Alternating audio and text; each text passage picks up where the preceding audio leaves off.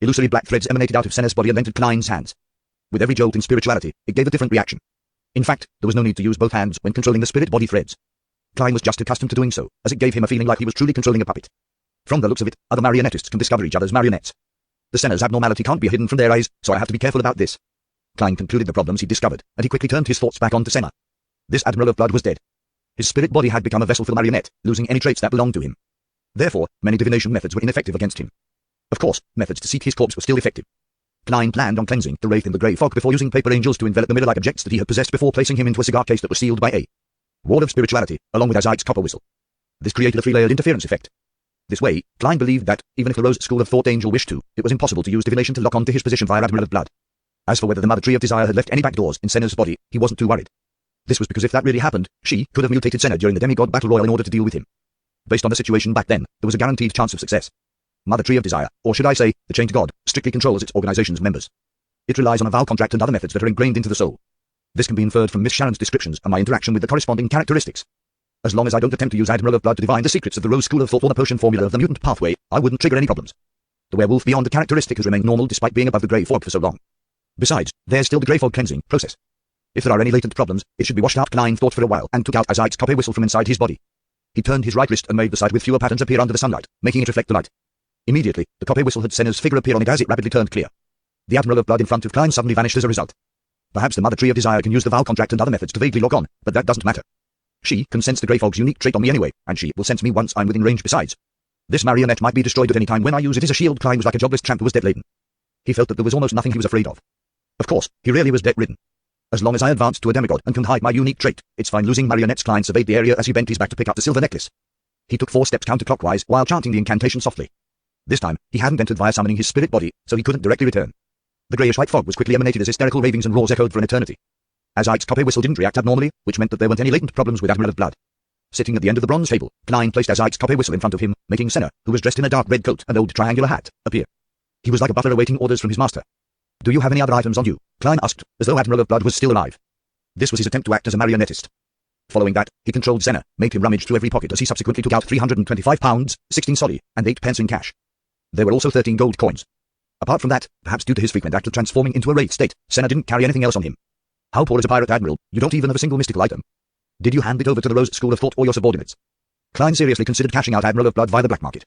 Just in loan alone, he was worth £42,000. Yes, claiming the bounty from Lowen isn't pragmatic.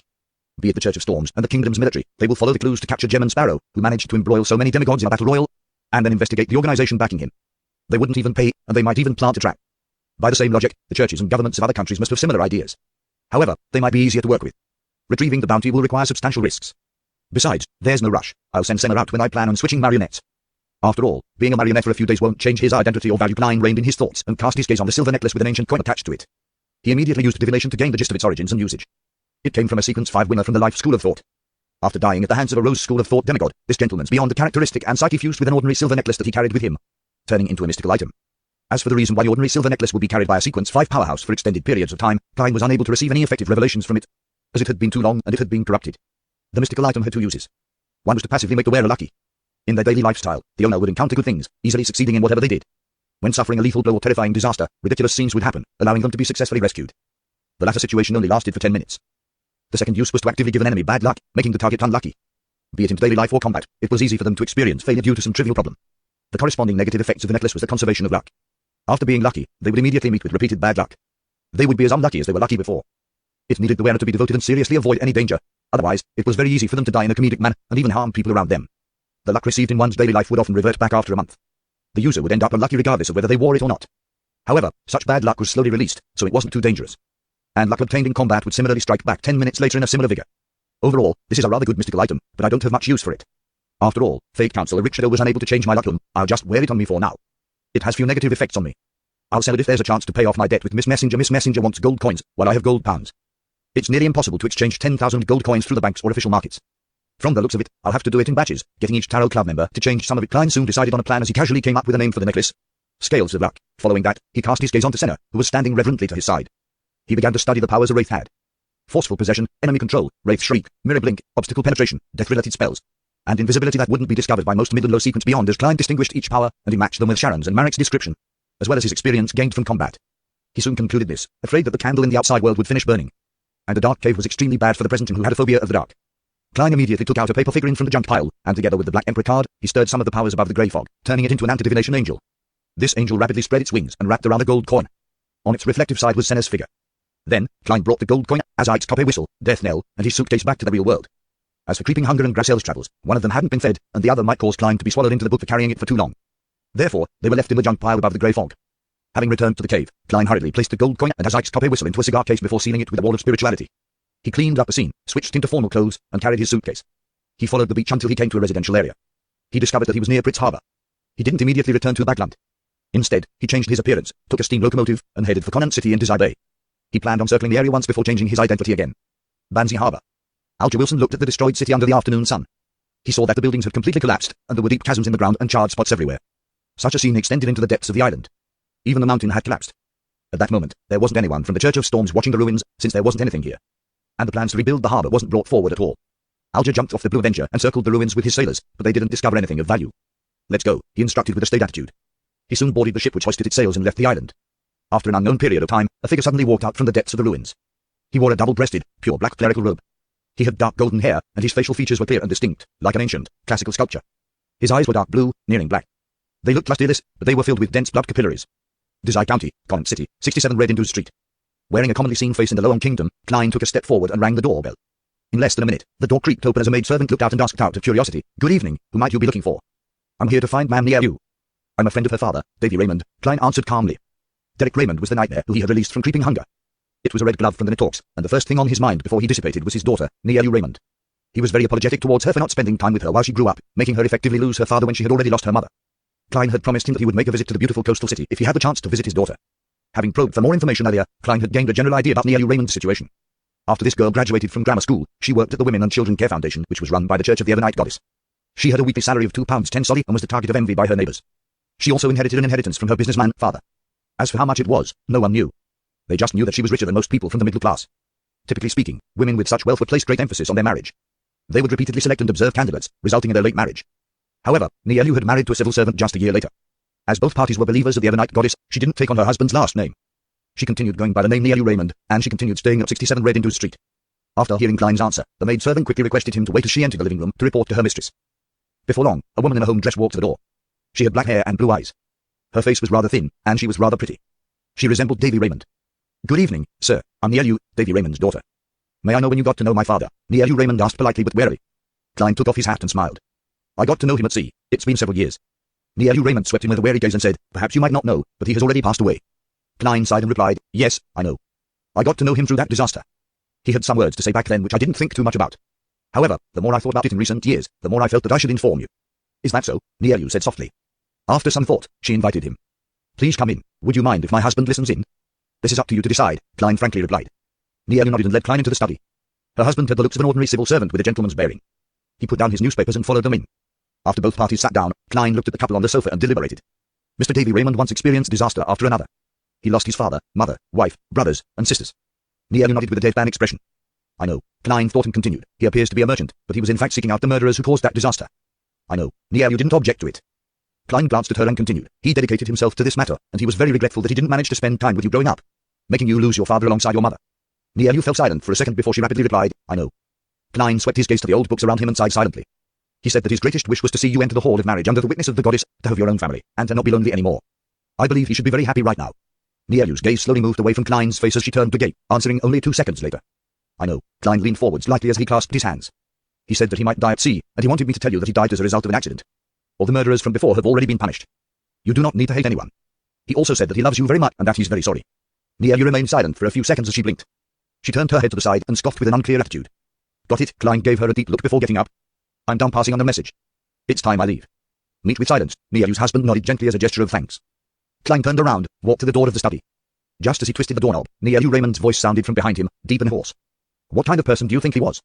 Klein fell silent for a second, turned his head, and curled his lips. He said with a smile, "A guardian." He didn't stay any longer as he opened the door and walked to the coat rack. When he wore his hat and left 67 Red Indus Street, soft, restrained sobbing suddenly drilled into his ears. Shaking his head silently, Klein left the bar and entered the Cathedral of the Evernight Goddess. Passing through the dark and serene aisle, he sat in the 7th row from the back. He faced the crimson half-moon and the black sacred emblem filled with resplendent stars. He took off his hat, lowered his head, and held his hands to his mouth, just like the many believers present. While praying silently in the silence and tranquility, time quickly passed. Klein slowly opened his eyes as he gently stood up. At the spot where he sat, he left behind an item wrapped in paper. Klein walked along the aisle and left the prayer hall, going straight to the cathedral's entrance. With his back facing the hall, he wore his hat, raised his right hand, and snapped his fingers. The paper suddenly ignited where he sat, garnering the priest's attention. When this gentleman rushed over, the flames had already extinguished, leaving behind a dark gem-like item. This is although the priest didn't know what the item was, his spiritual perception told him that it was very important. When he and the other priests rushed outside the cathedral, the gentleman in a tailcoat and half-top hat had already disappeared. The next morning, through a local black market, Klein had obtained a new identity as he came to the steam locomotive station. In his hand was a second-class ticket worth 18 soldi, as well as identification documents for himself. He held a black leather suitcase as he stood at the platform with his back straight, awaiting the arrival of the train headed for Backland. The present him was a middle-aged man who was nearing his 40s. He was slightly more than 180 centimeters tall, and his black hair had a few silver strands. His deep blue eyes were like a lake at night, and he was rather good-looking. He gave off mature and elegant vibes. Looking down at the identification documents, Klein's eyes reflected his present name, Dwayne Dantes. After some thought, he placed the suitcase on the ground, laid it down, and opened it before stuffing all his identification documents inside. Inside the suitcase, there was a black wooden box containing a former OM soldier, Franzir Edwards' ashes. Moments after arranging his suitcase, he heard a whistle. A steam train chugged into the station spewing smoke before it slowed down to a halt. He looked up and cast his gaze forward as he examined it in silence. Then, he looked down at his suitcase and whispered, "It's time to return." He then stood straight, carried his belongings, and walked to the open carriage door. Backland, Chilwood Backland, 26 Gunstead Street. Benson took off his hat, removed his coat, and handed it to the maidservant. He looked at his sister, Melissa, who was glued to her book in the living room. "The entrance examinations are in June. You'll finally experience the pain of studiously studying that I endured back then." Melissa didn't look up as she continued reading. "I'm studiously studying every day. A little humor, Melissa, a little humor." "What's the difference between a person without humor and a curly-haired baboon?" Benson said with a smile. Melissa casually glanced at him and said, "That wasn't what you said in the past." She didn't correct him on what the exact difference was between humans and curly-haired baboons, and she instead said, "Do civil servants also finish work so late?" "No, there's been a lot of work recently. As you know." "Oh, you don't. In such a huge reform, the handing over of work and the straightening out of different relationships are very troublesome." Benson swept the mirror in the living room. He couldn't help but lift his hand to comb his hair as he said with a look of displeasure, "Although I'm only a low-ranking employee in the Ministry of Finance, that doesn't stop me from having plenty of work. The only thing to be happy about it that I've finally survived the darn probationary period. I'll soon have a weekly salary of £3. Melissa put down her book, and she walked to the dining hall and said to Benson, "It's dinner time." She paused and said very seriously, "I read in the papers that there's something called Donningsman tree sap that has a significant effect on boosting hair growth." Benson's face immediately had mixed expressions. Whoosh! Amidst the whistle, the long steam locomotive chugged into Backland. Klein picked up his suitcase and once again stepped into the capital of capitals, the land of hope. He discovered that the smog had thinned significantly, and there wasn't the obvious palish yellow colors.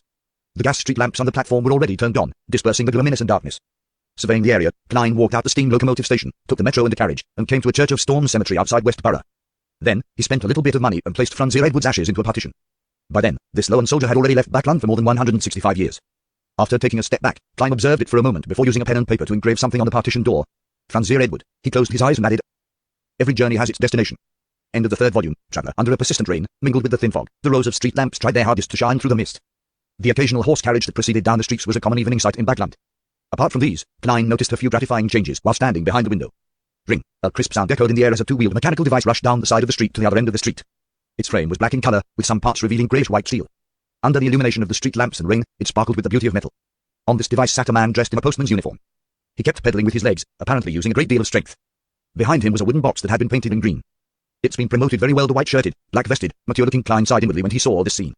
In a few hours within his return to Backland, he noticed many similar mechanical devices, and they were none other than the bicycles that he had promoted and invested in. From the newspapers, Klein knew that the Backland Bike Company had done tons of advertisements. It even held a bicycle competition in boroughs like Sherwood and Backland Bridge so as to garner the attention of others. Apart from that, they also actively promoted it to the government departments such as the Postal Service and the police departments. The results were said to be pretty good. Their pricing strategy had followed Klein's original suggestion, avoiding a middle-upper class who often used horse carriages. Instead, they aimed their target audience at those with weekly salaries of £1.10 soldi and above, such as technical workers, students with a decent family background, and clerical employees that often needed to travel outside. Therefore, a bike worth £3 to £5 was affordable for the people in this demographic if they bit the bullet a little. And at the same time, they could flaunt it to the masses who had incomes that were lower than them. The current issue is that Backland often rains. It's difficult to hold an umbrella while riding a bicycle. The next step should be a raincoat. Klein retracted his gaze, shook his head, and chuckled. The place he stayed at was a high-end hotel in the Hillston borough. It cost him 10 soldi a night, making him feel quite the pinch. However, to match his persona, all he could do was bite the bullet and put up with it. His idea of Dwayne Dantes was that he was a believer of the Evernite goddess and a mysterious tycoon that came from Desire Bay. He had sold his original land and mines, planning to seek out brand new opportunities in Backland. He had a certain level of interest in obtaining an aristocratic title, but he didn't have the abundant wealth to do so. He had to first expand his social circle and begin making some investments. The benefits of this identity was that it was clearly different from the characters Klein had previously acted as. It allowed him to very naturally interact with people from the middle-upper class, especially members of the Military Officers Club and the Backland Diocese Bishops of the Church of the Evernite Goddess. It made it convenient for Klein to continue his investigations into the great smog of Backland while gathering intel before he made detailed plans to steal the Antigonus family's notebook. There were obvious disadvantages as well. Such a mysterious tycoon would definitely catch the notice of the Nitorks and mandated punishers, so there was a certain level of background checks that he would have to undergo. According to Klein's experience, such an investigation would be done by the official Beyonder organizations under the premise that nothing important had happened. It could also be handed over to the police department, but in summary, not too much effort would be put into it, as it would be considered a routine check. Therefore, Klein, who was considered quite an expert at disguises, had prepared a second layer to his identity as Dwayne Dantes to his designs, so as to deal with the background inspection. This second layer to his identity was that Dwayne Dantes was a person who had adventured in the southern continent's east and west Belaine for some particular reason. He had used a nickname, and he spent more than 10 years in that rather dangerous land filled with opportunity in order to amass a great deal of wealth. Since the origin of his wealth wasn't overboard, he had secretly returned to Desai Bay, and he forged a new identity. He had planned on beginning a new life in Backland and gradually legalize his wealth. It wasn't rare to see such people in Loam. Their stories were acceptable and imaginable for an investigation. For this identity layer, Klein had left some inconspicuous clues in Conant City so as to indirectly reveal the truth. These clues included but were not limited to the stubs of his scout tickets from East Belaine to Conant City, habits as a result of living in the southern continent for extended periods of time, as well as his wealth of unknown origins. Klein believed that as long as Dwayne Dantes didn't involve himself in any serious Beyonder matters, preparations such as this were enough to fool the most routine background inspections. And if he encountered an extremely dedicated official Beyonder who investigated it all the way and was even willing to seek the help of colleagues from the southern continent, then Dwayne Dantes had a third identity layer. It was that he was a cheat who had anti-divination measures to a certain degree. He disguised himself as a mysterious tycoon and spent large amounts of money and investments for this final scam. This identity was enough to get Dwayne Dantes arrested, but the level of attention placed on him wouldn't be too great. This allowed Klein to exit the stage without much trouble. Compared to my first time in Backland, the creation of a three-layered identity shows how I've really matured significantly. Klein slowly walked to the middle of the room as he cast his gaze on a full-body mirror in the corner. His reflection had black hair and some strands of grey hair. His eyes were deep, but his experiences had left indelible marks on his face. He was a charming middle-aged man with a mature bearing. The design of Dwayne Dantes' identity wasn't difficult for the present Klein. However, stealing the Antigonus family's notebook from behind St. Samuel Cathedral's Kenneth Gate was practically an impossible task for any external Beyonder. Even a king of angels couldn't guarantee success. Of course, unlike other Beyonders, Klein had two advantages. First, he was once in a talk. He had quite a good understanding of the internal procedures they followed, and he knew which matters he could exploit. Therefore, the first solution he eliminated was to become a particular Nitalk, infiltrate it, and find a chance to pass through Kenneth Gate. There was a problem that existed in this. Nitalks weren't able to randomly enter Kenneth Gate, even for the captains and deacons. Something had to happen first before they received the corresponding authority. Furthermore, Kenneth Gate had its keepers inside. Randomly entering or taking things would result in an attack on him, causing a battle to break out. Klein didn't wish for his theft to result in any deaths or injury to the members of the Church of the Goddess. After careful consideration, he placed his sights on the keepers. These elders were retired Nitalks who volunteered to enter Kenneth Gate. They were in charge of watching the sealed artifacts, and they were from a different department from the Nitalks. They entered and exited using the underground passageway through the cathedral, and they never interfered with the Nitalks' work, nor would they be disturbed by the Nitalks. Perhaps the result of staying behind Kenneth Gate for extended periods of time, these keepers all had certain traits. They had cold auras and had deadpan expressions. Their skin was pale, and they resembled monsters from the deep darkness who were on the border of life and death. Klein believed that it wasn't difficult for him to locate his target if he met one. His initial plan was to rent a place in North Borough near St. Samuel Cathedral. He would hire a butler, a valet, a maidservant, a gardener, a chef, and a carriage driver to have a front as a tycoon. Then, he would often head to the cathedral to pray piously, participate in mass, donate money, and familiarize himself with the bishops and priests. During this process, he would work hard to find the suspected keepers. He would choose 2 or 3 targets and observe their habits. When the opportunity arises, he would imprison one of them, change into his appearance, or directly possess him, pass through Kenneth Gate, and attempt to flip through or take the Antigonus family's notebook away. This was a very crude plan that was merely a train of thought. It needed to be perfected according to the intelligence Klein would slowly acquire. For this matter, Klein's second advantage was the Tarot Club. He had assistants to the Church of the Evernight Goddess and the Nitalks would never think of. Furthermore, he could consider extending the recruitment of a Backland diocese Nitalk or keeper into the gathering. He could then complete the theft through this traitor, just like how Emperor Cell was used to obtain the Antigonus family's notebook by Zaratau. I've got to frequently head to the cathedral. Only by doing so can I find a target. Klein faced the mirror as he silently nodded. It had to be said that he felt conflicted. If a true Nitalk or keeper were to betray the church to serve Mr. Fool, his first thought was to unleash divine punishment to get rid of this despicable traitor. After exhaling, he gave a self-deprecating laugh. He wore his double-breasted frock coat and hat, walked out the room, and reached the streets. With an umbrella, he circled to another street. Taking advantage of the distant street lamp and the drizzle, he suddenly changed back into Sherlock Moriarty. Glancing at his wrinkled trousers, Klein stopped a carriage and planned on heading to Isengard Stanton's house in Hillston Borough. Half an hour later, the somewhat ancient and dark building appeared before Klein's eyes. He paid 2 soldi for his ride as he walked steadily around the puddles amidst the drizzle that refracted the yellowish light of dusk before coming to the famous detective's doorstep. Putting away his umbrella, he reached out to ring the doorbell and waited for a moment before seeing a man with a wide face open the door. The man had a head of malt-colored hair, greyish-blue eyes, and high cheekbones. He had the traits of someone from Lemberg or Mason. Mr. Isengard Stanton's new assistant? Someone from the Church of the God of Knowledge and Wisdom? Klein took off his hat and said with a smile, "Good evening, is Mr. Isengard Stanton home?" "He is. He just had his dinner after a busy day at work," the malt-colored lad replied politely. "May I know who you are?" Klein chortled and said, "Tell the good detective that a friend of his has returned from his vacation." The young man was taken aback as he blurted out, "Mr. Sherlock Moriarty, you actually know me. This means that Mr. Isengard Stanton often mentions me as a friend, or does it mean that the Church of the God of Knowledge and Wisdom knows that I was embroiled in the great smog of Backland?" Klein smiled as he nodded in an unperturbed manner. "Yes, I'm Sherlock Moriarty." The greyish-blue-eyed lad immediately gave way as he warmly gestured him in. "Mr. Stanton has been worried about you all this time. He was afraid that you met with trouble. He can now be at peace." Klein handed him his umbrella as he took off his hat and coat while walking in. At this moment, Isengard Stanton, who had sensed something, had put down his papers and pipe, and he left his reclining chair to take a look. "Oh my, Sherlock, you're finally back. It's been so long, my friend." The thing is in guard with great sides revealed a smile as he came over with welcoming arms in an attempt to give him a greeting hug. Clyde wasn't used to such a custom, so he forced himself to reciprocate and smile. Mr. Stinton, this isn't something a believer of wisdom would do. The bishops and priests of the God of knowledge and wisdom had their pride, and they seldom gave greeting hugs. But in fact, apart from the boorish Fisak Empire and the liberal Intish kingdom, such a manner of etiquette was rare in other countries and regions. It only happened among very familiar friends. Isengard took 2 steps back and chuckled. No, Sherlock, we're never stingy with respect and friendliness towards intelligent friends. In my heart, you're one of the top 5 detectives in all of Backland. I like that. Klein smiled inwardly as he retorted in jest, so you're one of the top 3 detectives. To be praised as having true wisdom by a sequent 7th believer of the God of knowledge and wisdom was really delighting. I wish that you shared the same thoughts as myself, Isengard skillfully and gently replied. Then, he invited him to the living room and to the sofa. He leaned into a reclining chair and picked up his pipe. With a deep breath, he exhaled. I'm very happy that nothing bad happened to you. You seem especially fine, both in body and mind. How was it? Was Desire Bay fun? Klein had already prepared an excuse as he calmly smiled. In fact, I didn't go to Desire Bay. I ended up going to Constant. Hey, I was previously embroiled in some trouble in Backland, so I could only find a place to hide. Sherlock Moriarty was a gentleman from Midseashire who had a slight accent. It was a very normal choice to return to his hometown after causing trouble. Constant was Midseashire's capital. I know, Isengard replied heavily. He didn't inquire about the trouble which Sherlock had involved himself in. Instead, he said with a smile, in short, welcome back to Backland. Come to me if you need any help. Klein didn't stand on ceremony as he immediately said, the purpose of my visit was first, because it really has been a while since we last met, and second, I wish that you can sell my shares in the Backland Bike Company on my behalf. Hey, all the documents are in place, and there's no need to carry out any other procedures. In order to act as a mysterious tycoon and to repay Miss Messenger with the 10,000 gold coins, not only did he plan on selling items he had little use for, but he also planned on letting go of the last 10% of his shares in the Backland Bike Company. After all, Sherlock Moriarty wasn't able to appear in a legitimate fashion for a long period of time. Are you really going to sell it? Isengard stroked his pipe and said, although I've never been a businessman, I can tell that the bike is a product that's of great value and something that can be promoted on a large scale. Its commercial future is like the newly risen sun, and it has yet to reach its limits. You'll be losing plenty of money by selling it now. That's why a buyer will be very willing to raise the price significantly because of this expected value. Klein chuckled. I believe the people who can tell the value of the bike and its future and him a minority. And from Eisen Leopard are definitely unwilling to reduce any part of their holdings at this stage. There shouldn't be a problem selling my 10% shares at twice or thrice the normal price. Isengard, the pricing of shares isn't about the present, but about its future. To illustrate an alluring story for the buyer and investor, and drawing a beautiful future is very necessary. Of course, the value and future of the bike don't require additional input from me. Anyone with any business sense can tell. The only problem stems in the rubber production, Klein silently added inwardly. The pricing of shares isn't about the present, but about its future, Isengard softly repeated Klein's words, and after a moment he sincerely sighed. Sherlock, perhaps you should be involved in the business world. However, there will always be many accidents present. To dare to take risks is equivalent to chivalry in business. Oh well, I admit that I've recently been in dire need of large sums of cash, Klein replied with a smile. Isengard picked up his pipe as he gave it a satisfactory suck. You've convinced me. I will specially hire a lawyer and accountant to confirm the market value of Backland Bike Company. Then, I'll add on an estimate of the expected profits and sell the 10% of yours. The corresponding fees and taxes will be deducted from the amount received. Oh, how should I contact you? It seems like your rental contract for the house at Minsk Street has lapsed. Klein obviously wouldn't expose his present identity. He said, having prepared for it, you can post news on the Tussock Times, Backland Daily Tribune, and other newspapers about the sale of the shares to make more people know. Only when there's competition will there be better price negotiations. When it's sold, you can publish a notice to indicate that the deal has been closed and that further inquiries won't be entertained. And when I see that notice, I'll come visit you. Isengard was no stranger when it came to communicating over published notices in the newspapers.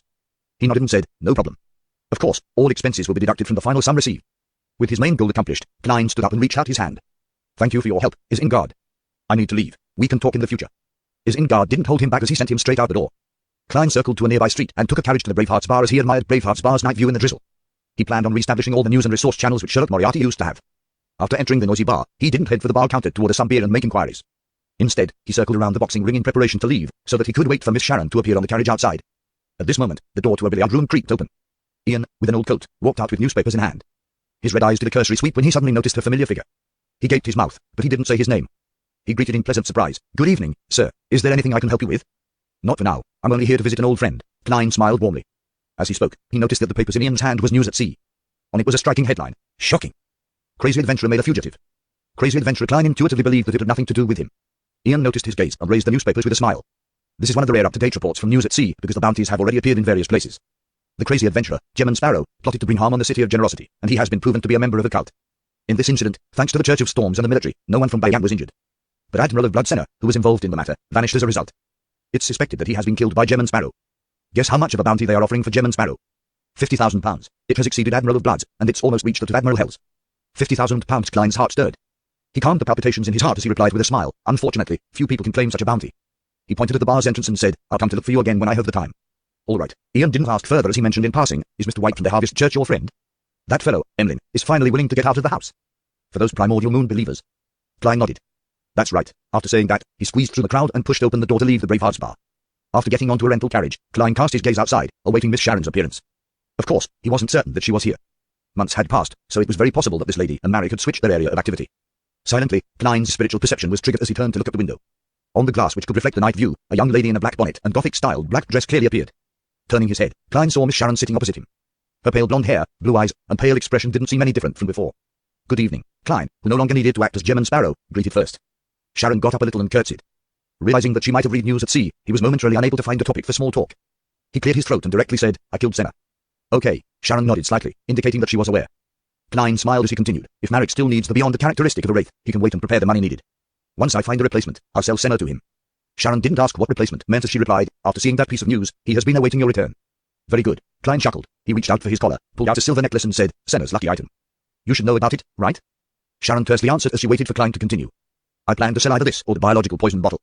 Would you, or people from your circle, be interested?" Klein took the initiative to ask. Sharon was silent for 2 seconds before she said, "I'll help ask." "It means you need to consider it?" "That's right. The negative effects of scales of luck does leave one hesitant. However, biological poison bottle is really compatible with a wraith. If it wasn't because I'm short on money and how it lowers my immunity, making me easily fall sick, I wouldn't be willing to sell it. It's rather effective in an ambush." Klein vaguely grasped Sharon's intentions as he stuffed the silver necklace back into his collar. He asked after some thought, which power of a high-sequence prisoner pathway beyond makes all surrounding lifeless items attack one's target. "Puppet," Sharon succinctly replied. "It's the power of the sequence for puppet. Turning themselves into a lifeless puppet, so that they are able to control all lifeless objects in a certain range. Advancing further, will they be able to directly influence the mystical items of an enemy?" Klein nodded in enlightenment and asked, "Then, do you know that demigod?" He immediately described in detail the appearance of the elder who had attacked him outside Bayan. "Shanks," Sharon calmly said a name. "I actually wish that you could share with me more about him." Klein knew Miss Sharon's style as he said with an exasperated smile, "Then, do you know Zakwin?" "He was the mentor of the naturism sex leader in Oravai Island." "The demigod who was pursuing us," Sharon answered without hiding anything or any emotions, like a doll. "That's the one who made me feel like the chairs, tables, and curtains wished to kill me. What a coincidence, however, it wasn't arranged. It just proves that it's a secret organization, the Rose School of Thought, with a history of over 1,000 years. Doesn't have that many demigods, perhaps it has about the same number as the Aurora Order. The number of saints number around 5, and the number of angels and grade 0 sealed artifacts number about 2 to 3 of course. This is also because they were suppressed by the 7 major churches, reducing their headquarters to colonies. At the height of their powers, they might have had far more than these." Klein thought and asked again, "Then, do you know the Rose School of Thought member that is able to make an entire mountain tremble with just one arm?" He planned on describing the arm's traits, but he realized that he hadn't dared to look straight at it. Sharon listened quietly as her eyes darted around as though they came to life. She asked with a clear voice, "What did you encounter?"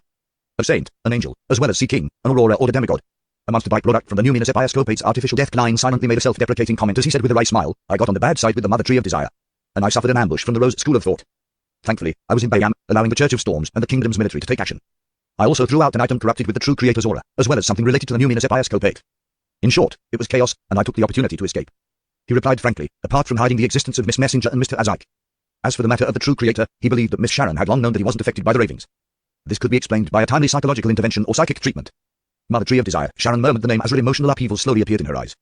Klein didn't have the interpretation abilities of a spectator, and he was unable to tell what was exactly on Sharon's mind. He could only sense that she felt a little fear and loathing. Sharon quickly restrained her abnormal reaction, turning back into an extremely exquisite doll. She looked at Sherlock Moriarty and said, "You are very lucky and very mysterious." Klein smiled without a word, neither lying nor explaining. Sharon didn't inquire as she said, "You might have met Sua.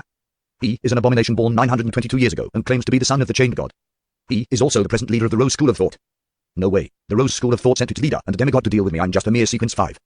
If not for Orange Light Hilarian's warning, I might have already been captured by the Rose School of Thought." Klein felt a chill run down his back again as he asked, "Is Abomination the name of the prisoner pathways sequence 2 or sequence 1? "Probably." Sharon didn't give an affirmative answer. At this moment, without waiting for Klein's response, she said, "William Street has been destroyed." Klein had pondered what kind of reaction he should have when Miss Sharon raised the topic, so he immediately frowned. "By who? When did it happen?" "The Netoxin machinery had in mind. About 2 months ago." Sharon had clearly gathered the corresponding intelligence. Klein nodded solemnly and, after some deep thought, said, "Perhaps we've neglected something. That evil spirit didn't need us to rescue it. It was still controlling Baronet Pound. Could it be that something happened to that gentleman, incurring the notice of the Netoxin machinery hive minds?" Klein offered a guess filled with half-truths without utmost confidence. Sharon nodded. "Baronet Pound died during one of his revelries. That's it. That's the end to Alistair Tudor's final bloodline." Klein thought and said, "How's the situation with William Street at the moment?" "Some high-rise buildings are being built," Sharon described without much of an expression. "People monitored it in secret at the beginning, but the surveillance decreased with time, diminishing to 0 early last month." Klein pondered for a few seconds and said, "Have you gone down to explore it?" Sharon's eyes swept his face. "No, this is her remembering our unwritten agreement, to explore it together because we found it together. What a noble-hearted lady. The Rose School of Thought's temperance faction is infinitely times better than the Indulgence faction." Klein probed, "Shall we go now?" "All right," Sharon succinctly expressed her stance. Klein immediately instructed the carriage driver, and he changed the destination to William Street at the intersection of Westborough and Empress Borough. Along the way, he casually mentioned what he heard and saw at sea, as well as the experiences that didn't involve his secrets. Although Sharon didn't answer him, she listened attentively, seemingly interested. This made Klein recall the time when he first got to know her as Miss Bodyguard. She sat on the illusory high-back chair in the Oriel Windows glass. Her right hand held her cheek as she seriously listened to his conversation with Ian.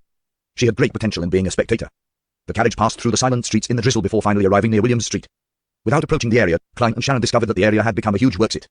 After circling to the region that matched the underground ruins, they stood behind a huge tree with a lush canopy. Klein said to Sharon, who wasn't drenched by the rain despite not holding an umbrella, "Let's head down." As the rain fell, they passed through Sharon's blonde hair and body before hitting the ground. All right, Sharon didn't ask how Sherlock Moriarty was planning on heading down with her. Klein reached his hand into his pocket and easily removed the wall of spirituality, and he opened the iron cigar case. Beside him, a figure suddenly appeared. It was none other than Admiral of Blood Senna, who wore a dark red coat and an old triangular hat. "He will head down in my stead," Klein said with a smile. Immediately following that, he controlled his marionette in a composed manner. Senna immediately pressed his hand to his chest and bowed at Sharon. "Good evening, I'm honored to work with you." Sharon swept her gaze across Klein and Senna, and without a word, her body sank into the soil. "Ah, Miss Sharon seems to detest Senna quite significantly." Klein curled his lips and made Admiral of Blood rapidly turn into a wraith and sink. As for himself, he leaned on a tree, half closed his eyes as he seriously controlled the marionette. There wasn't anyone around him, and the drizzle was light and the street lights dim. Slowly, Klein found the feeling of being a marionettist.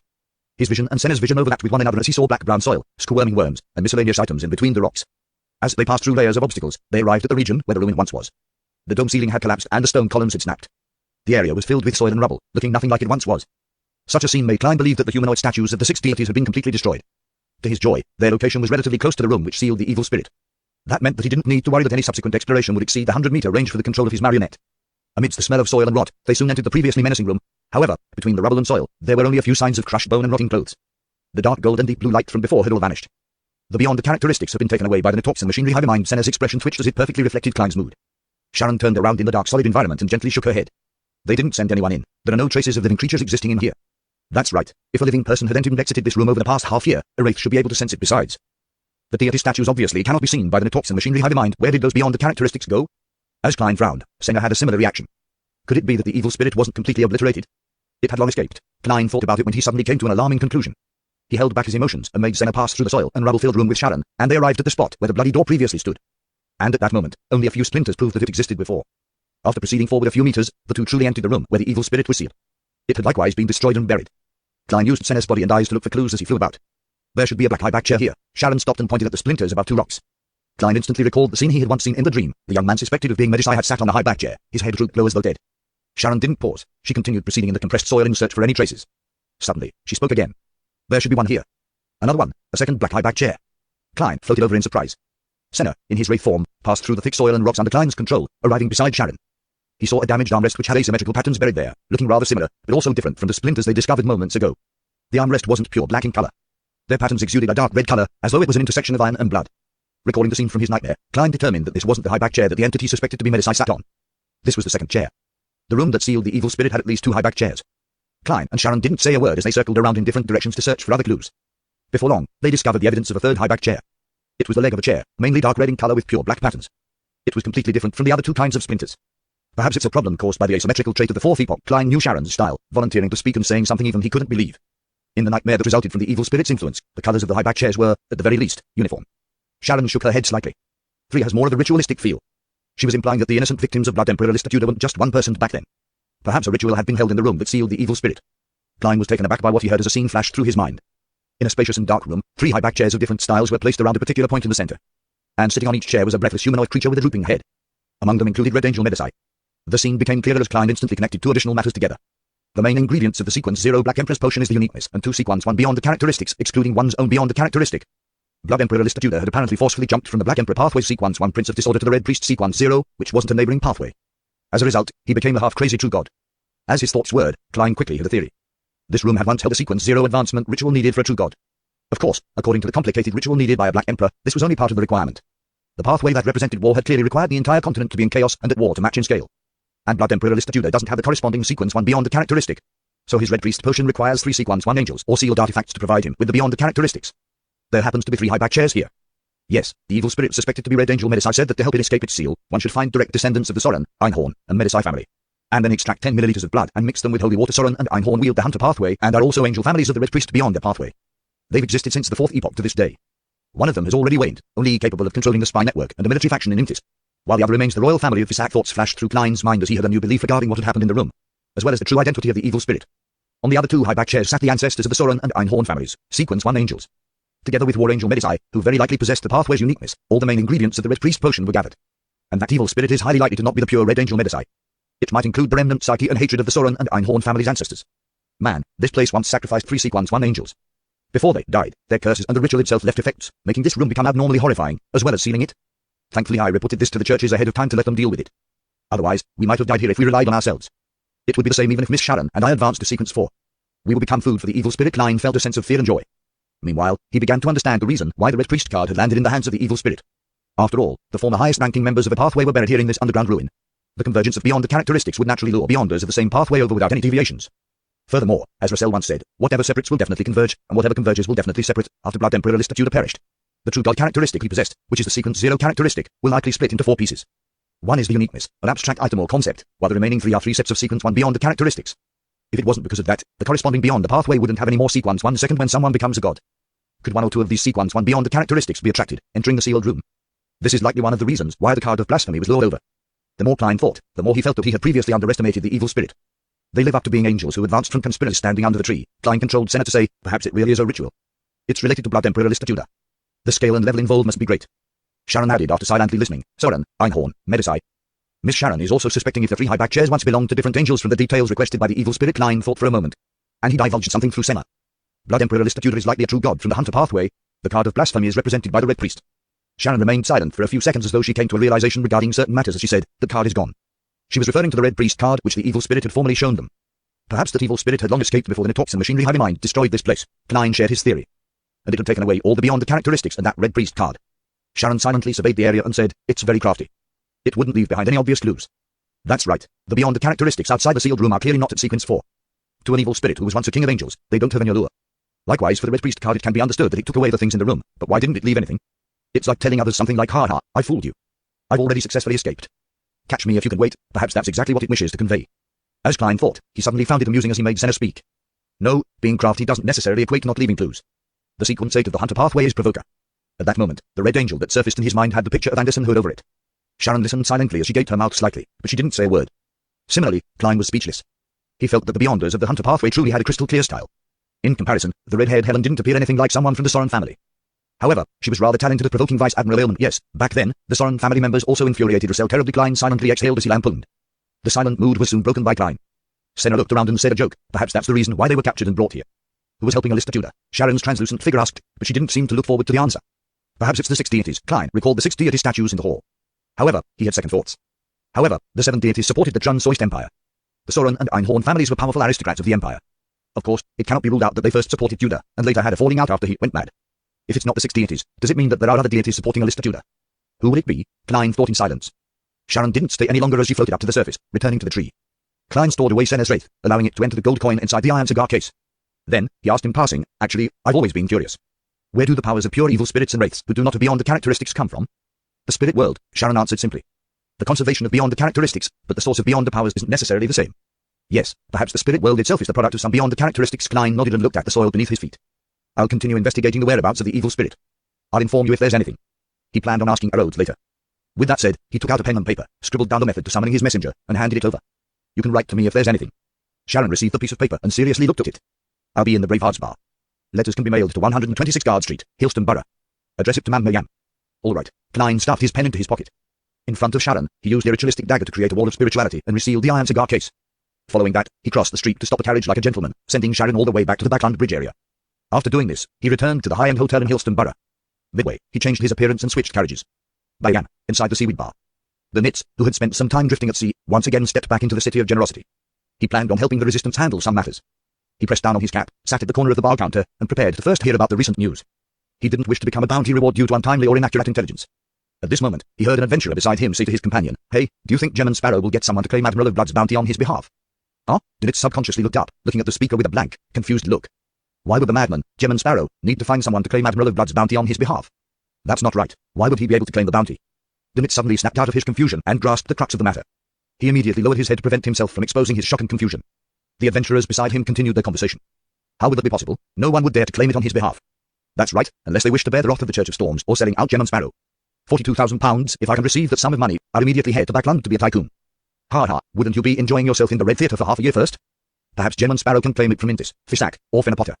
Although it wouldn't be as much as £42,000, it's definitely in no way a low amount. As the adventurers conversed, they began imagining their lives after obtaining £42,000. They even had a conflict of opinions and began arguing with flushed faces. No way are they implying that Gemman has finished off Admiral of Blood.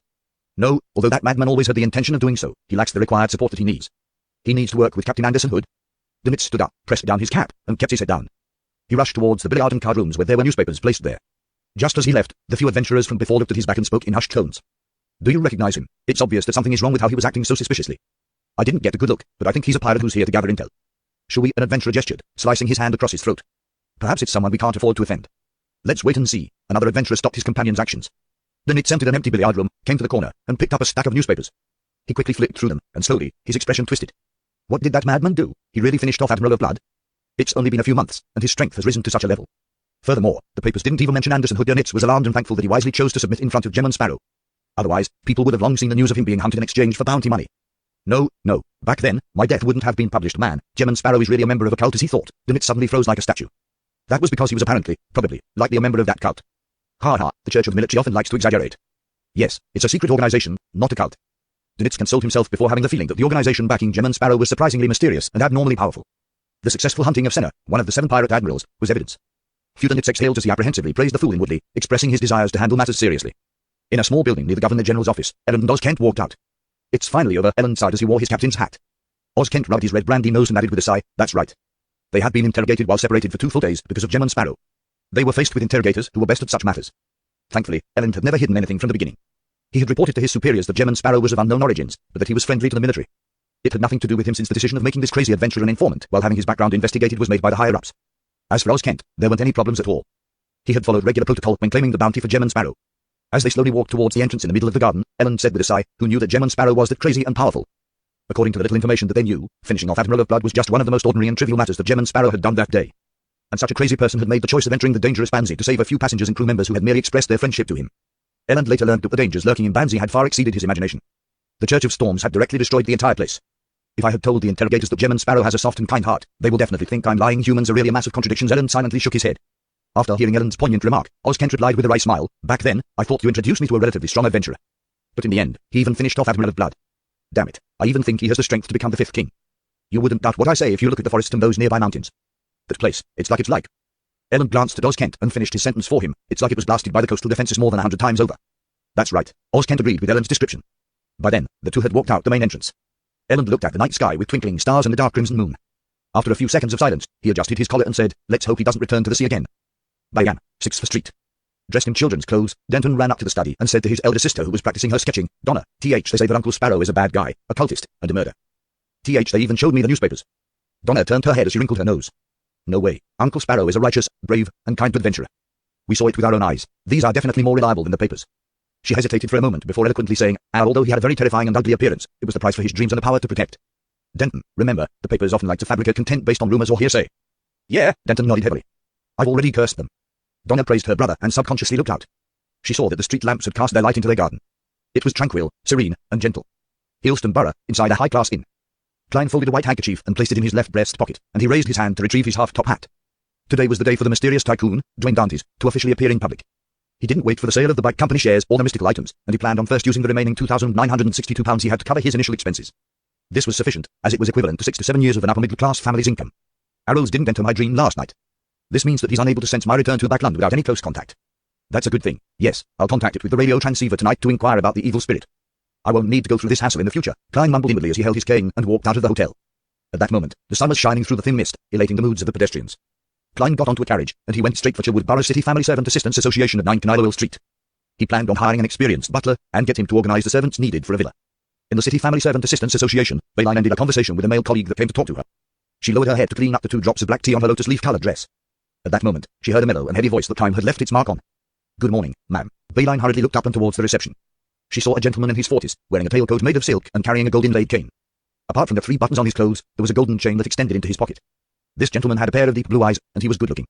Even the tiny white patches on the side of his hair had added to the air he exuded. Just a smile from him made Bayline feel her cheeks turn warm. Sir, how may I be of service? Ah, right. How may I address you? Bayline hurriedly got up and said. Dwayne Dantes, Klein warmly replied with a smile. I wish to hire a butler, a good one. Mr. Dantes, please wait a moment. Have a seat. Bayline hurriedly led Klein to the guest area, and she reached out to point at a cloth sofa. Klein held a smile without rushing or nagging her. He very patiently sat down and awaited the staff to provide him with a list of names of the butlers. What a gentleman, oh no, I forgot to ask him what requirements he has. Bayline raised her hand to touch her cheeks and said, Mr. Dantes, what kind of butlers are you looking for? Klein was already prepared as he replied with a mellow voice, it's best if they have served in a noble family before. This aided Dantes in widening his social circle. Bayline gradually grasped her professional knowledge as she said in detail, such butlers are rare. As you know, nobles seldom change their butlers unless they're unable to provide an effective service. Furthermore, even if they aren't able to be a butler, they're able to fill other positions in a noble household. In addition, the wealthy often have a considerable desire towards such butlers, and they're willing to offer salaries with a premium. Mr. Dantes, we do have the kinds you are looking for, but their annual salaries are above £100. That makes the weekly salary to be about £2, and an ordinary butler's annual salary is £40 to £80, which is 15 solly to £1 10 solly a week. That appears to be at the level of a technical worker's salary, but the master will provide room, food, clothes, charcoal, and other necessities. A butler practically has zero expenditure. An annual salary of £100 and above is really expensive. Klein quickly did the math as he replied as though he didn't take much notice. No problem. As long as they're good butlers. Please wait a moment. Would you like coffee or tea? Bayline asked warmly. Klein laughed and replied, I enjoyed coffee when I was younger, the rich and fragrant kind, but now, I prefer black tea. I prefer black tea as well. Then a cup of Marquis black tea, Bayline suggested with a smile. The coffee and tea provided to guests at the City Family Servant Assistance Association were ordinary in quality, ranging from low to medium quality. Marquis black tea was tea that Bayline had brought from home for her own enjoyment. Klein wasn't a simpleton, and he was great at observing. Just as he walked into the door, he would take in everything about his surroundings without anyone noticing. He discovered that the coffee and tea container placed in the display case were very ordinary, and he believed that the quality was definitely lacking. Therefore, he believed that Marquis black tea was likely reserved by the association for VIPs, or it belonged to the lady before him. Regardless, it expressed how sincere she was. He didn't expose her as he smiled. Thank you, you leave me unable to reject your suggestion. How may I address you, ma'am? Bayline, just call me Bayline, Bayline said with a smile which resembled a blooming flower. She immediately briskly walked inside, and she selected suitable candidates from her colleague. Then, she returned to the reception counter, picked up a tin container, and skillfully brewed a cup of black tea. Sigh, with a good-looking face and a good disposition while being dressed in a way that speaks volumes of my status. I can still sense the friendliness from a beautiful girl even though I'm middle-aged. Klein was having such an experience for the first time as he couldn't help but sigh. This made him further understand the importance of the faceless principle of ultimately being yourself. If he didn't keep this in mind and lost himself to the benefits brought about by his appearance, he would keep maintaining the corresponding appearance, resulting in him forgetting or even rejecting his former self, and he would gradually lose his identity. Soon, Bayline carried a white gold-rimmed porcelain teacup and placed it in front of Dwayne Dantes. She said with a smile, it still needs some time to cool down. Klein looked down at the cup, and he said half-jokingly, perfect, this gives me the time to adjust my mood to more formally face this cup of black tea. His compliments and gratitude made Bayline feel even better. She found him a true gentleman, one who knew his way with words. He's definitely not a believer of the Lord of Storms. Bayline combed her slightly curly brown hair, and she returned to the room to hurry her colleague. Before long, she came over with a stack of documents and sat on the single seater beside him. After the screening, we have 3 suitable butlers. I'll briefly introduce them to you. The first person is Mr. Esnier, age 55. He once served Viscount Yorkville, but after this Viscount had a failed mining prospect investment, his family fell into a particular financial situation, and he had to sell its land and manors while terminating many of its servants.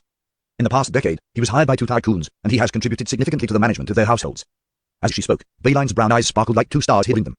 She exuded the unique vibes of a teenage girl. Klein nodded slightly and said, then why did he leave the 2 tycoons? Bayline replied with a smile, the first tycoon invested greatly in East Boleyn, and his whole family had moved there. Mr. Esnier wasn't willing to leave Backland, so he offered to resign.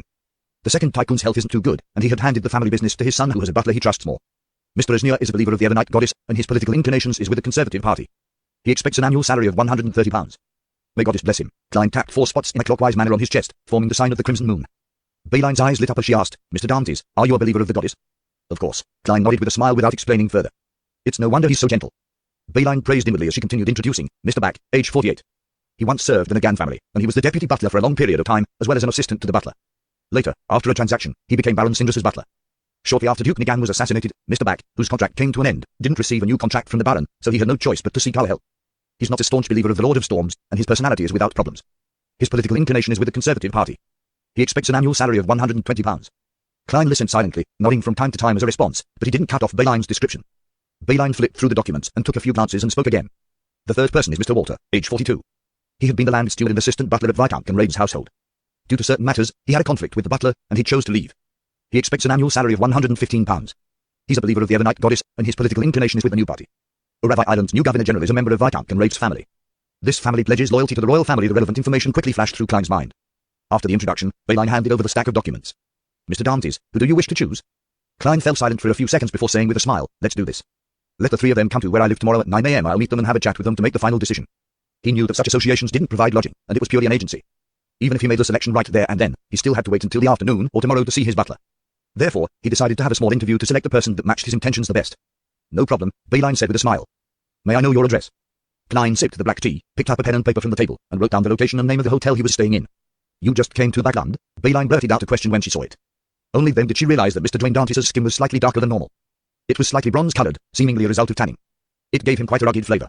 Yes, he doesn't have a Backland accent. Bayline slowly recalled more details. Klein smiled. I came from Desire Bay.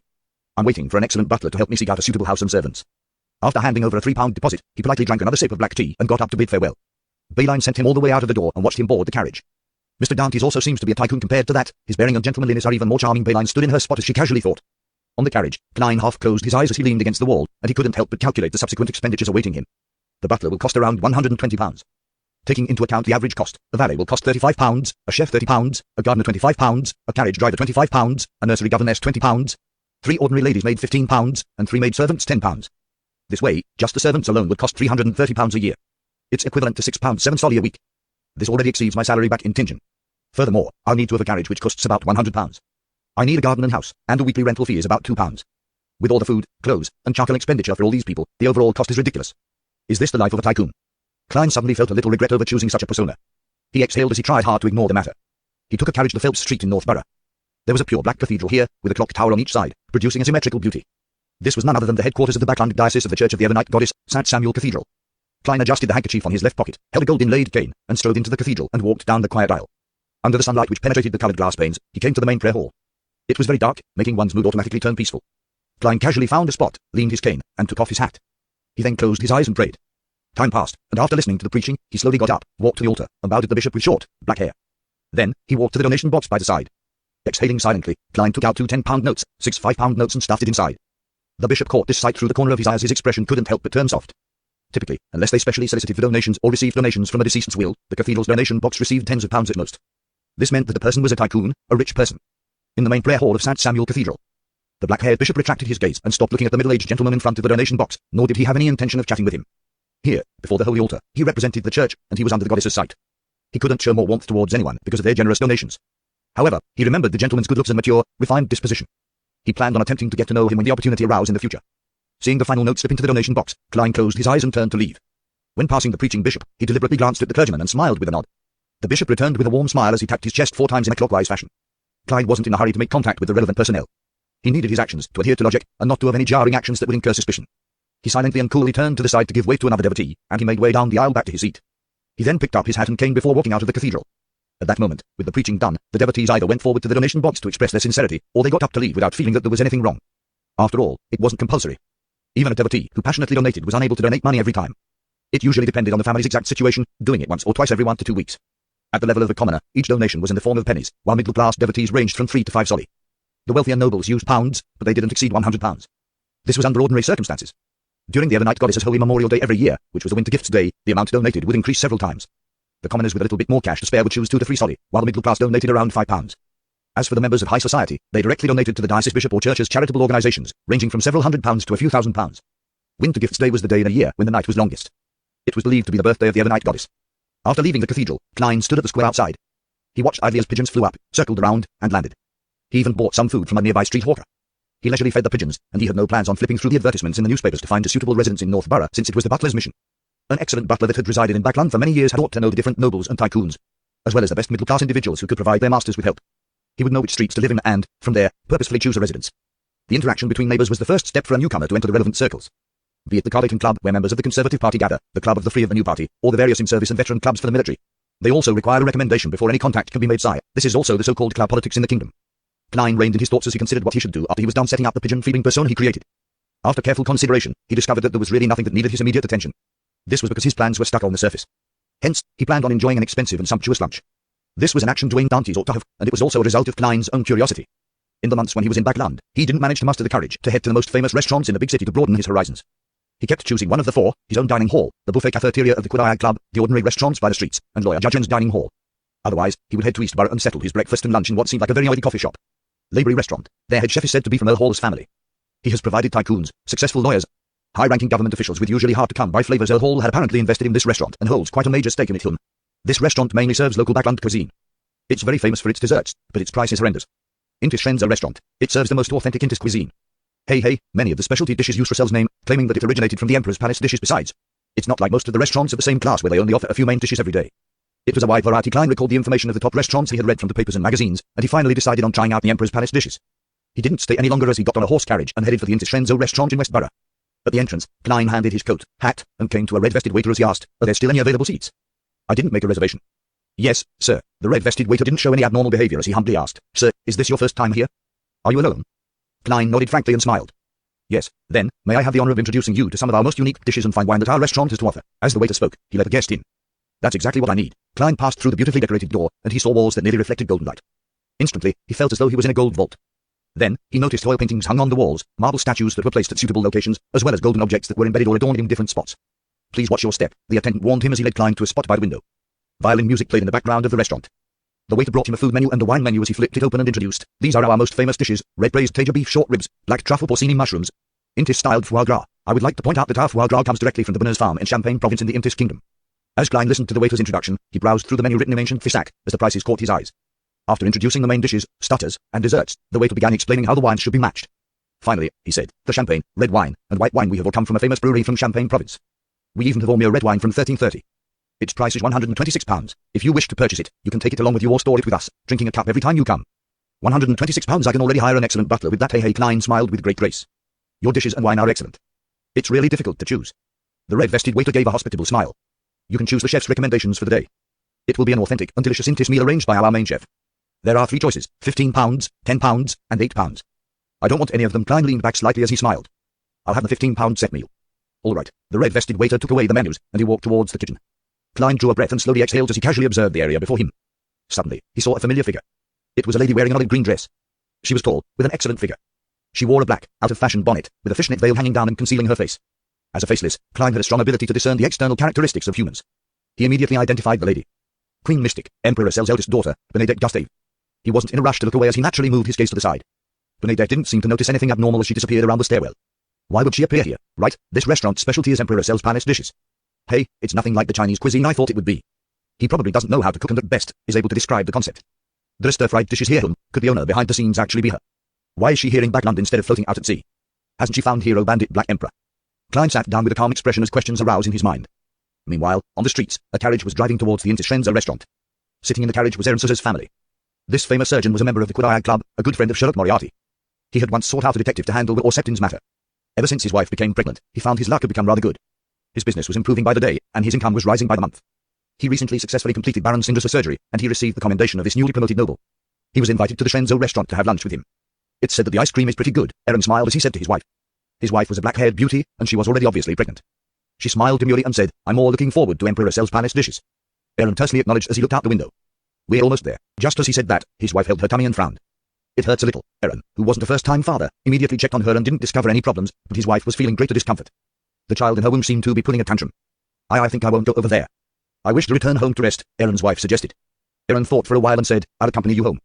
He immediately ordered his valet, "Get down here and head to the restaurant to apologize to Baron Sindras on my behalf."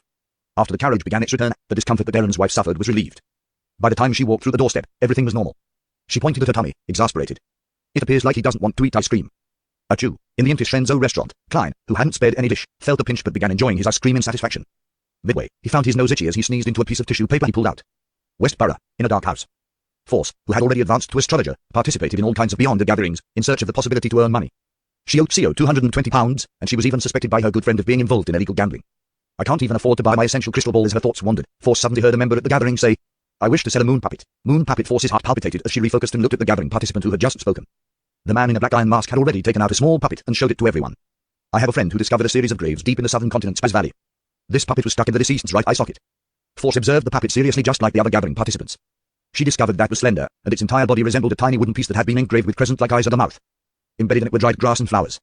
"Doesn't look like anything special," Force mumbled inwardly. Her spiritual perception didn't sense anything as her pen-wielding hand continued hovering over a bronze-green notebook. The man in the iron mask continued the introduction. "My friend and I are unable to determine what use this puppet has, and we can only suspect that it's not simple. It might also hide quite a secret. £60. For just £60, you can have it. This price is very fair. Even if it has nothing to do with mysticism, it's not a bad antique worth £40 to £50. That is to say, you'll be spending £10 to have a chance of a pleasant surprise. To you, this is a small sum of money. A very tempting explanation. This gentleman is likely a successful salesman. However, I don't even have £10. As Force engaged in a self-deprecating laugh. She didn't believe that anyone would buy the so-called moon puppet of unknown origins and usage. Just as she had that thought, she heard a female voice which was deliberately suppressed. £50. Is she too rich, or is she willing to try her luck?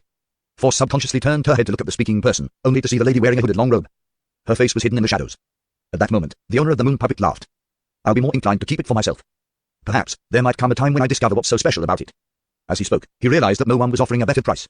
He immediately said, "Of course, as a gentleman, I'll satisfy your wish since you have expressed your desire and have given a reasonable price." "Deal," the hooded woman replied with a deep voice. Soon, the gathering's attendant helped them complete the transaction. Force noticed that the lady's hand was trembling slightly after she received the moon puppet. She places great importance on the item. She might actually know what's so special about the puppet moon from the southern continent. Force suddenly made connections and recalled the few primordial moon believers who Mr. Moon was searching for. She began having a suspicion that the hooded lady was one of them, or that she had a connection with them. Of course, she had zero evidence. She didn't even have much of a compelling reason to have such a guess. Fu-Force silently exhaled as she decided to find a way to verify her theory. She casually moved the hard-covered notebook in her hand, making a yellowish-brown goatskin appear. On the piece of paper were all kinds of patterns that formed an ancient, mysterious picture of unknown intent. This was one of the pages of the Manos Travels, and it recorded a particular beyonder power. It wasn't a recorded power which Force had gathered herself, but one of the 5 original pages when she received it. Force looked up, and she pretended to observe the transactions of the others while fully taking in the hooded lady's situation. She discovered that there was a mosquito with dark brown spots on a nearby wall and unknown worms that were slowly squirming on the ground. Force's finger naturally slid across the yellowish-brown goatskin's pattern as a complicated symbol quickly formed in her mind. Silently and without showing any odd signs, she felt that she had understood the brown pattern as her thoughts connected with the other parties. The brown-spotted mosquito flew at a low height. It circled beneath the hooded lady and carefully clung to her front. The mosquito's vision was different from a human's since an incomprehensible scene appeared in Force's mind. But it soon disintegrated and reformed into a rather normal scene. The hooded lady had a rather curved outline with dark skin.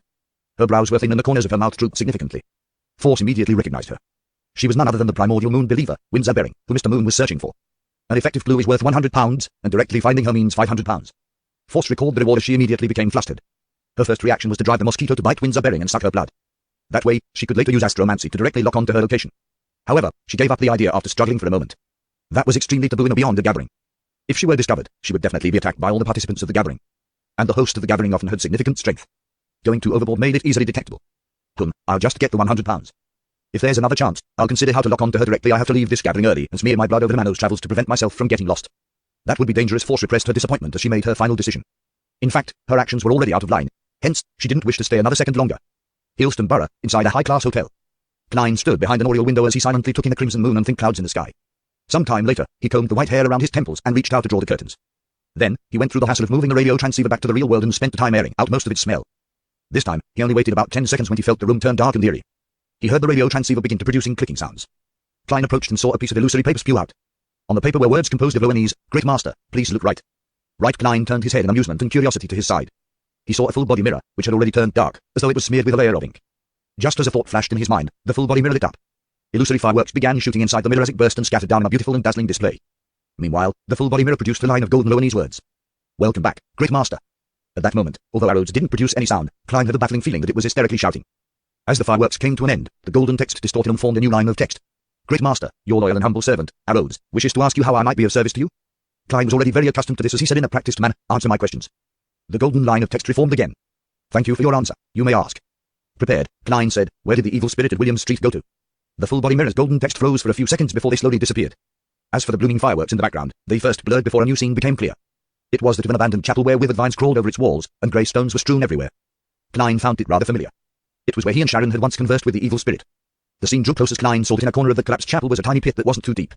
There were clear signs of it being dug up with one's fingers.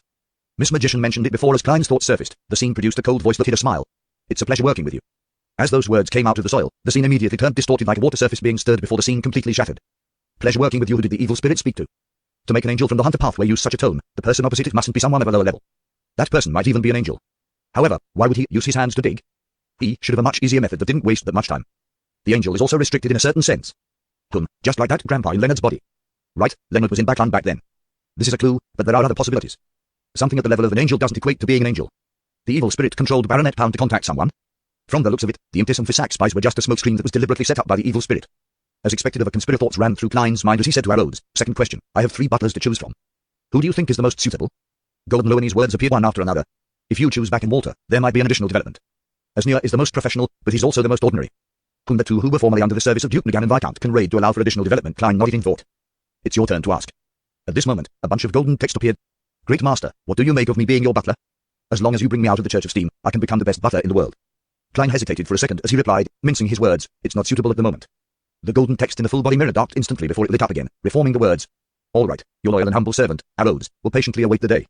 Immediately following that, the full-body mirror produced a complicated picture with some footnotes. This is a rune formed with the corresponding symbols and magical labels. "Great Master, as long as you are in Backland, writing it on some paper is equivalent to summoning me." A mixture of secrecy and mystery prying symbols. Klein identified the rune and said, "Okay."